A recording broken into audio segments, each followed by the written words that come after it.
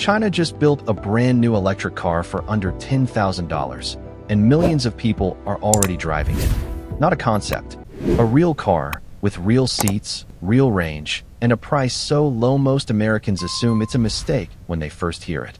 Meanwhile, the average new vehicle in the United States costs close to $50,000. This is Imperial Auto Vision, and today we're breaking down how China quietly rewrote the rules of car pricing, and why some of the most powerful automakers on Earth are suddenly nervous.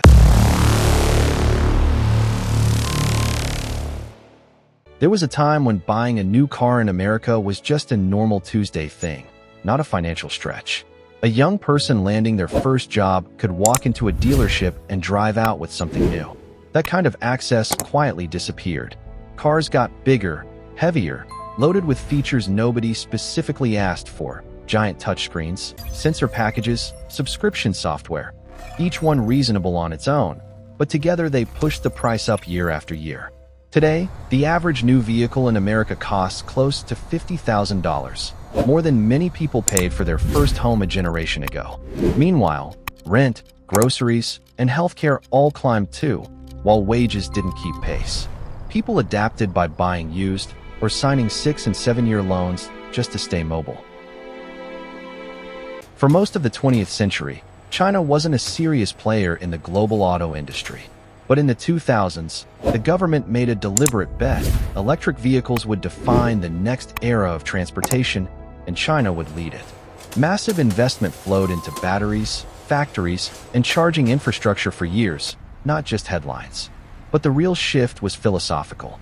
Instead of chasing prestige or raw power, Chinese automakers asked a simpler question. What does the average person actually need from a car on a regular Tuesday? Not a mountain road commercial, just the commute, the school run, the grocery trip. So they built vehicles sized for real daily driving. Smaller batteries, lighter frames, simpler systems with fewer parts to build and assemble. Each saving was modest alone, but stacked together, the final price became something the traditional industry had convinced itself was impossible. It didn't look like a revolution. Boxy, simple, no dramatic design language. Western analysts mostly smiled at it as a novelty. Then the sales numbers came in. Hundreds of thousands of units in its first year, climbing every quarter, at points ranking among the best-selling electric vehicles on the entire planet, not just in its home market, globally. And the buyers weren't purchasing it because they had no other choice. They bought it because it was enough range for the daily commute, enough space, enough reliability.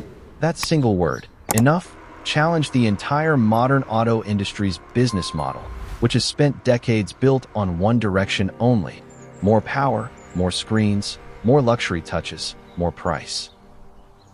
Most conversations about expensive cars focus on brand value or technology, but there's a more fundamental issue hiding underneath. Modern cars are extraordinarily heavy. Many best-selling electric vehicles in America today weigh over 4,500 pounds, some top 6,000, approaching the weight of military transport vehicles, just to move one person to the office and back. That extra weight demands a bigger battery. A bigger battery needs more lithium, cobalt, and nickel, more mining, more shipping, more assembly, all landing on the sticker price. Chinese manufacturers interrupted that chain at the very beginning. Build a lighter vehicle sized for how people actually use cars, and the entire cost structure changes. The cheapest battery is the one your car never needed in the first place. For years, Detroit was genuinely unconcerned. American buyers, the thinking went, would always choose bigger and more powerful. And the Ford F-Series has been America's best-selling vehicle for over 40 straight years, proving that belief largely correct. But conditions are shifting. $50,000 average prices combined with high interest rates have pushed monthly payments to levels straining household budgets. Younger buyers, raised watching smartphones get cheaper every year, look at rising car prices with skepticism, not acceptance. And by chasing higher-margin trucks and SUVs, domestic automakers left an enormous gap in affordable transportation, a gap now sitting wide open. It echoes the 1970s, when Detroit dismissed compact Japanese imports as irrelevant, until the oil crisis proved otherwise, permanently reshaping the American market. This story hasn't stayed inside China.